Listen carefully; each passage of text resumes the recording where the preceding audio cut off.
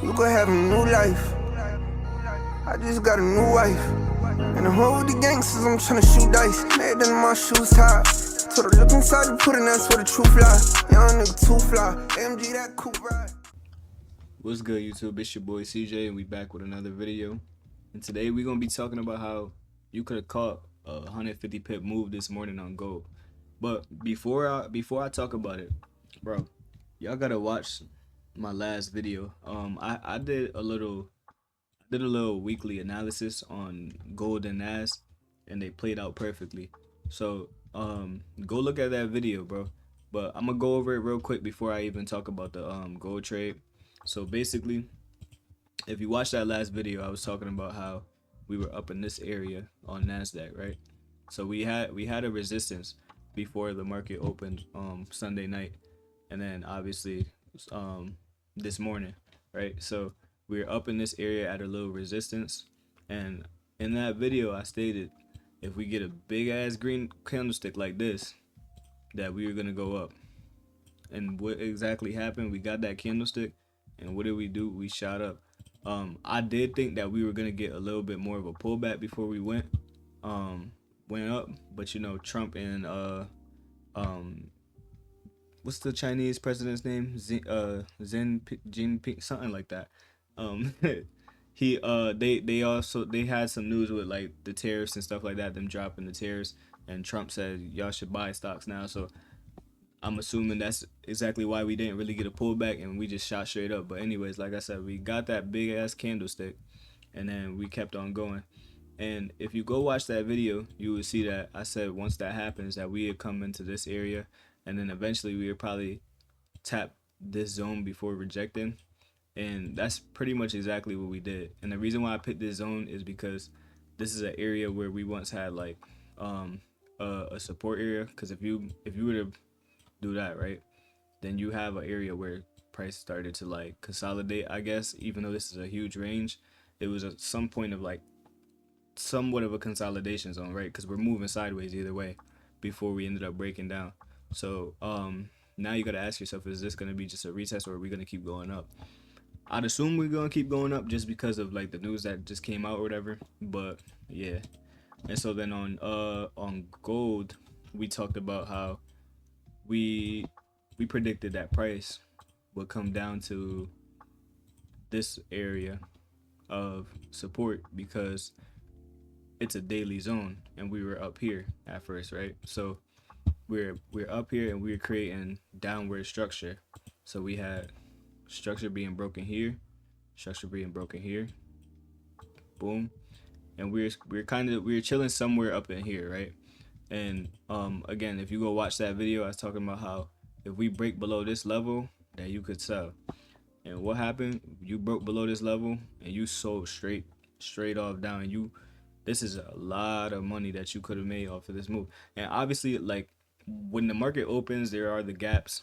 So you might have not necessarily caught like all of this, but you definitely could have caught some of this move, especially like up in this area, taking the sales down if you wanna depending on your entry model. Like I know you might take a breakout, you might just take a something just based off of like price tap in the area, because like, you know, you could do trend lines or whatever. You might just say I'm gonna just sell right off of there. Whatever your entry model is, you could have gotten in. And yeah, but coming to this morning, right? So this morning, the way we caught this move, right, was because number one, we tapped that daily zone, right? So if you look back again, we were in that daily zone that we predicted that price would tap into. So now that we know that's in this daily zone, we're expecting some type of reaction, whether it's short term, long term. And what I mean by that is price could shoot all the way back up if it wanted to, or price could continue going down. But you're expecting a reaction off of this level at some point, right? So we start getting that reaction, and we start to create some minor structure. Where's the minor structure? The minor structure is right here. So you have a higher low. Well, you have a high right here that gets broken. So you break that high, create a new high, come back down, and you break structure again, right? So at this point, I'm thinking, like, well, we might be able to get some short-term buys up.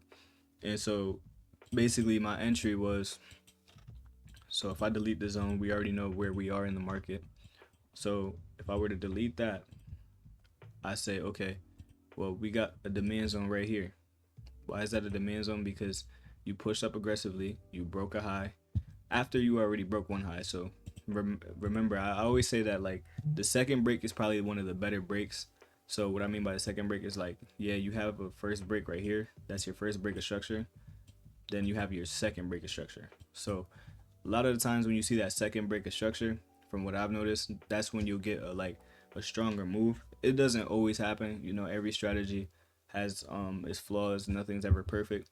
But I'd assume since we came back down that we shoot up and at least grab some liquidity before heading back down. Because price doesn't like to just shoot up straight up and shoot down straight down.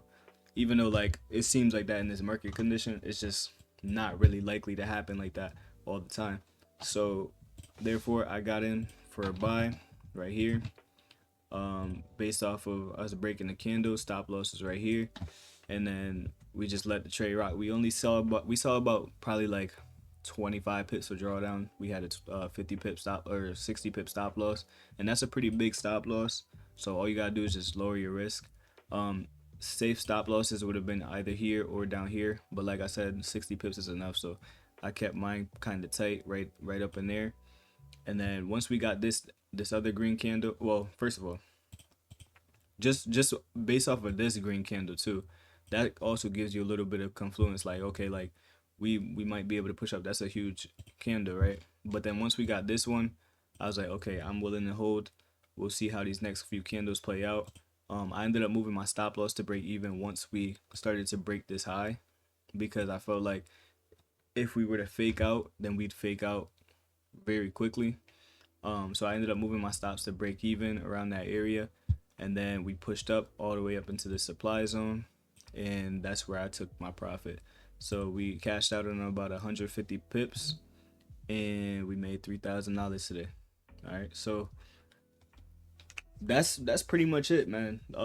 This stuff isn't that hard, but it's not easy either. So I want you guys to make sure that you guys are sticking to your plan. Do what you got to do so that you could take advantage of this market, because this market is moving, bro. You could make so much money in this market right now. You just got to make sure that you execute, and you got to follow your plans. And if you take a loss, just take the loss, because yeah, you could get it back in this market condition, but like you could lose it so fast, bro. Like these ranges are so huge, bro. Like you're pumping and dropping 500 to 1,000 pips every day all of a sudden, or ticks, whatever you want to call it. It's just like damn, like so I say make sure y'all take advantage of this market while we have it, because it's not gonna last forever and things will slow down eventually.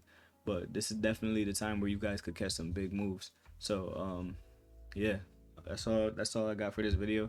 I hope y'all learn something from it. I hope y'all take what I say and apply it to yourself. And yeah, so all right, I'll see y'all in the next video.